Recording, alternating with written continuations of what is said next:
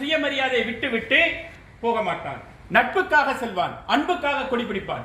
ஆனால் எந்த இடத்திலும் தன்னை விலை பேசி அவன் கொடி பிடிக்க மாட்டான், பிடித்ததும் கிடையாது. அப்படி பிடித்திருந்தால் என்றோ நாம் எங்கேயோ உட்கார்ந்திருப்போம். இப்படி உட்கார்ந்து நாம் புலம்பிக் கொண்டிருக்க மாட்டோம். நம்மிடையே ஒற்றுமை இல்லை என்று எல்லோரும் சொல்கின்றீர்கள். ஒற்றுமை இல்லாமலா இவ்வளவு பேர் உட்கார்ந்து இருக்கிறோம்? யோசித்து பாருங்கள். அவரவர்களுக்கு எத்தனை வேலைகள், எத்தனை வேலைப்படும், எவ்வளவு சிரமம். எங்கிருந்தோ வந்து அனைவரும் இங்கே உட்கார்ந்திருப்பது அந்த ஒற்றுமை என்ற ஒரு துளியிலே. இந்த துளியை நாம் கடலாக மாற்றுவோம். அத்துணை பேரையும் நாம் ஒன்று சேர்த்துவோம். நிச்சயமாக நம்மிடம் இருக்கக்கூடிய குறை என்னவென்று என்னை பொறுத்தவரை நான் நினைப்பது என்னவென்றால், இன்னும் நாம் நமது மக்களை நெருங்கவில்லை. இதுதான் உண்மை. நாம் நமது மக்களிடம் நெருங்க வேண்டும் என்றால் என்ன செய்ய வேண்டும்? அவர்களுக்கு தேவையான ஒரு சில அடிப்படை உண்மையான வசதிகளை நாம் செய்து கொடுக்க வேண்டும். உதாரணமாக கல்வி. நான் மாற்று சமூகத்தை பற்றி பேசவில்லை. இன்று ஒரு சமூகம் மிக பெரிய அளவிலே வளர்ந்திருக்கிறது. சாதாரண வியாபாரிகளாக இருந்தார்கள்.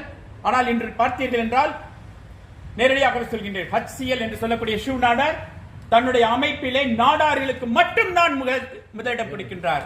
ஆனால் எத்தனை நாயுடு நாயக்கர்கள் நாம் இவ்வாறு செய்கிறோம்? இதை நாம் கேட்போம். கல்வியிலே நாம் முதன்மையாக வர வேண்டும். மருத்துவம் சார்ந்த உதவிகளை நாம் செய்ய வேண்டும். நிச்சயமாக அவர்கள் குடும்பத்திற்கு நாம் ஆதரவாக இருந்தால் அவர்கள் நம்மை தேடி வருவார்கள். மரியாதைக்குரிய வழக்கறிஞர் சொன்னது போல அனைவருமே ஒன்றாக ஒரே குடையின் கீழ் நாம் இன்று நின்று கொண்டிருக்கின்றோம்.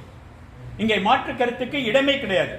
இங்கே தலைவராக இல்லை, அவர் தொண்டராக இருக்கின்றார். நாம் தலைவர்களாக இருப்போம். நிச்சயமாக அவர் நம்மை சிறப்பாக வழிநடத்துவார். ஒரே ஒரு சிறு கதை மட்டும் சொல்கின்றேன், கோவித்துக் கொள்ள வேண்டாம்.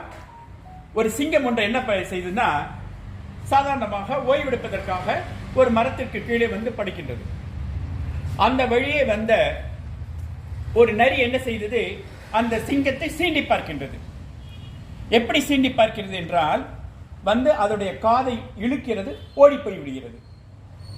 சிங்கம் பார்க்கின்றது, பொறுமையாக இருக்கின்றது. மீண்டும் வருகின்றது, மீண்டும் அதே வேலை செய்கின்றது. இப்படியே பல தடவை செய்து கொண்டிருக்கின்றது. அதே நேரத்தில் வேறு ஒரு புலி அந்த இடத்தில் வந்து இந்த சிங்கத்தினுடைய காதிலே அடிக்கின்றது. திருப்பி சிங்கம் ஒரே அடி அடித்தது, புலி காடி.